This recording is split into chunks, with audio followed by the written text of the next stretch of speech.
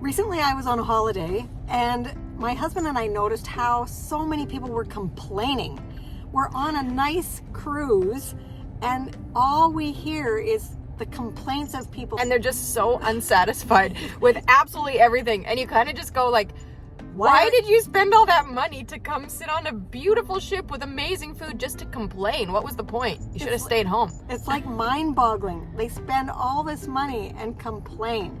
And people were complaining about everything. They're complaining about the excursions, about the lineups, about the food, about the weather, because it was probably too hot. Yeah, it was too hot, about not enough water to drink. Like, people are just complaining. They don't know what else to talk about. Yeah.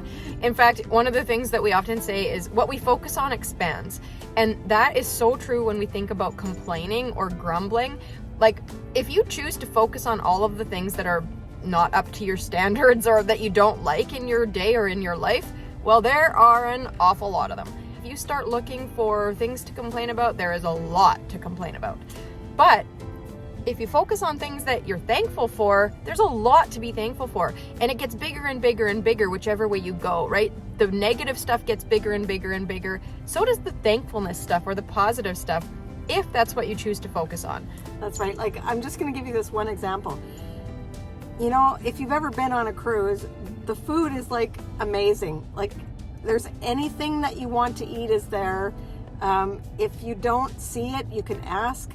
But this one woman was complaining about peanut butter not being out. And so it's like, are you kidding? Like, peanut butter, you're complaining with everything else. And all you have to do is ask someone and they'll run for it for you.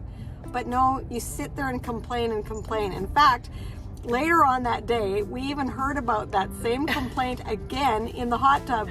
And sure enough, it was the children of the parents who were complaining about their parents complaining about the peanut butter.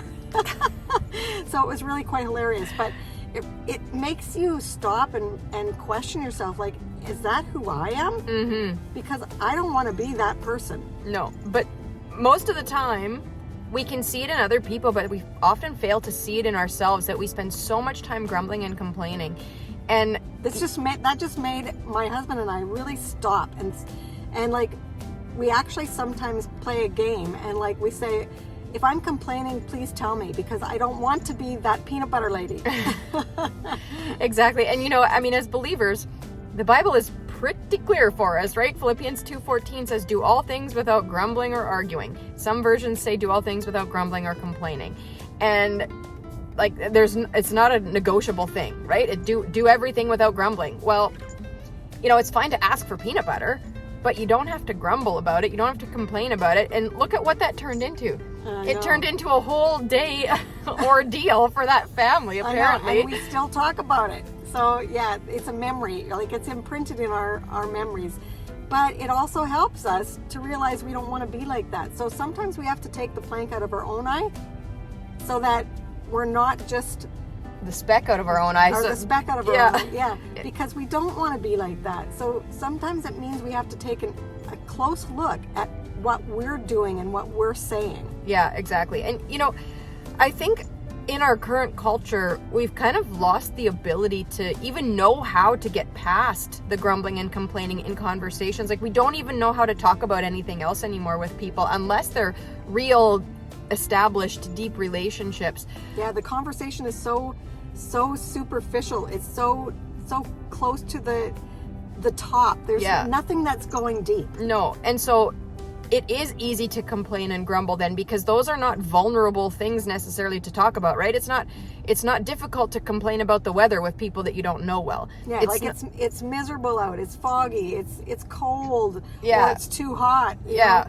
Or, oh man, everything's so expensive. We can't even afford groceries these days. And then you go on and on and on about that, because that, again, that doesn't require much vulnerability, right? That's just things that all of us are thinking, all of us are complaining about. And so it's easy to just keep a surface level conversation going with complaints rather than choosing to be vulnerable and actually have a real conversation with somebody about something other than grumbling or complaining. Yeah, now you and I talked about this.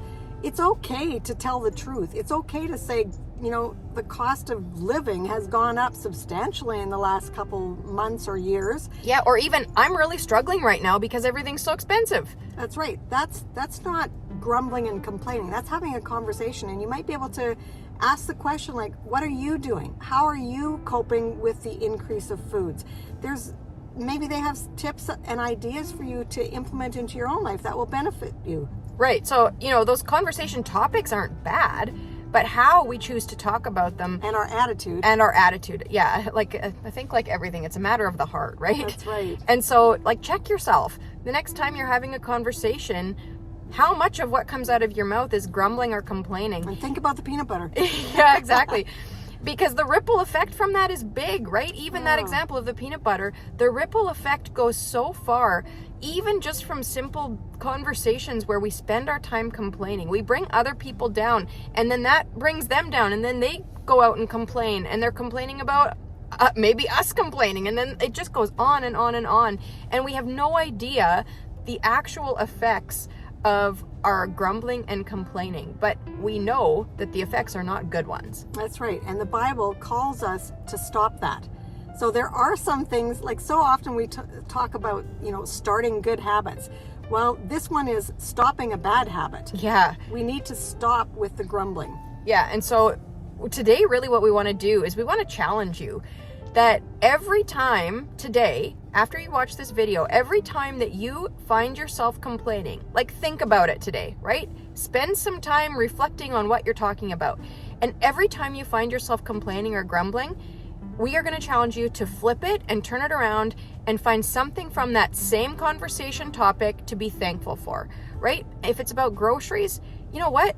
You can be thankful that you can still go to the grocery store and have a lot of options, right? You can buy the generic brand, or you can buy the brand name brand. We have choices. We have options. We can go to the food banks. We can go, we have so much to be thankful for, even in the hard stuff, right? That's right. And if you're grumbling about the weather, find something good about the weather today. Mm-hmm. If it's raining, well, I know in our city, we really need more moisture. Yeah, we need it so desperately. Or if you're on a cruise ship wanting peanut butter, you could be extra super thankful that there's amazing service that all you have to do is say, "Excuse me, could I please have some peanut butter?" And with the most gracious smile ever, they will go get you peanut butter. That's right.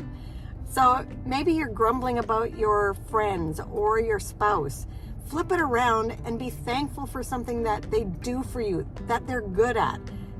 Thank God that you have a spouse, because so many people don't. Exactly, or a friend. Yeah, and same thing, with money. If you're struggling, that's okay, but find something to be thankful for. Do you still have a warm place to live and a warm bed to sleep in at night and food? You might be feeling the pinch right now, but there's so much to be thankful for, right? We complain about other people's driving habits. We just complain about everything. But turn it around and flip it and find something to be thankful for. Yeah, there's always something to be thankful for, and gratitude changes your whole life. If you actually start every time that you hear yourself grumbling and complaining, if you flip it and you use it into thankfulness, your life will change for the better. You will be a different person. And you know what? You're going to start attracting different people into your life. And I don't mean that in a new age sense, but when we're complaining all the time, we are attracting other people who are into grumbling and complaining. When we're choosing thankfulness and choosing that type of a life, then we're attracting people who want that in their life too, right? That's right. And I'm going to say, it's if you're in a group and everyone's complaining, it's hard to change the topic or to change the whole drift of that conversation. But there are ways to do it. So think about how you could do that next time you're caught in that grumbling circle. Because, like I said, Scripture says in Philippians, do everything without grumbling. So you don't want to be caught in that crowd. How can we flip it? There are ways we can do it, but we have to kind of have a game plan, but a thought in our mind of, okay, how can we flip this? Mm-hmm. And we can say, hey, I'm thankful for la la la, because that will just flip the conversation, and you'll see that the grumbling will stop. They won't want to keep continuing with the grumbling. Or you can even, if you are finding that your social setting is grumbling and complaining a lot, talk about it. Say, you know what? I'm doing this challenge for myself that every time I catch myself grumbling or complaining, I'm turning it around into something to be thankful for. Do you want to join me? Right? Like, that'll be a try fun. Yeah, try it. It'll be fun. Yeah. To see what happens, because maybe they're going to shut you right down and you're going to go, oh, that was not a very, that was a failure. Yeah. But they might just say, you're right. Yeah. We don't want to be grumbling and complaining. So I am going to join you in that challenge. Because we are the average of the people we surround ourselves with, right? However it goes, we're the average of the 5 people that we spend the most time with. And so, you know, are the people you're spending time with people you want to be like? Ask yourself. And if not, then let's work on changing it. Yeah, all you can do is remember the peanut butter and it'll make you smile. Yeah, exactly. If you're new here and you've never seen us, we're Ruth and Casey. We're a mother-daughter team, and we're just so glad that you've been here. We hope this video has been an encouragement to you. There's some links down below you can check out if you want to join our email list for weekly encouragement and tips. And what else? We also are going to ask that you would subscribe to our YouTube channel, because we're trying to grow this channel and we don't want to grumble and complain about not having enough viewers. So we're going to ask that you just subscribe, and that will help our business move forward as well. So thank you in advance. Exactly. Our goal is to help women to live a happy, healthy life. And we know that if you stop grumbling, your life will improve.